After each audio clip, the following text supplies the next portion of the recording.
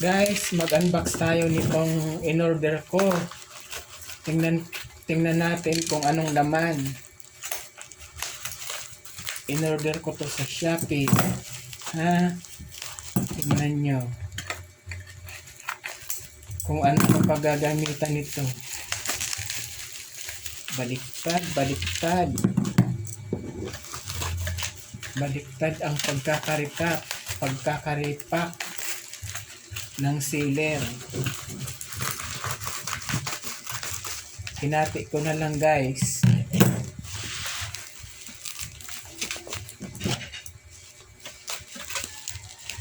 Ayan na. Ayan.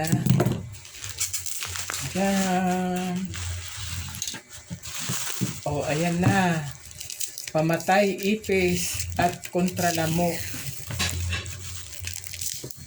Dumadami na naman yung ipis sa kusina, kaya kailangan patayin. Ito guys. Pamatay ng ipis, guys. Dalawang pamatay ng ipis. Thank you, guys. Thank you.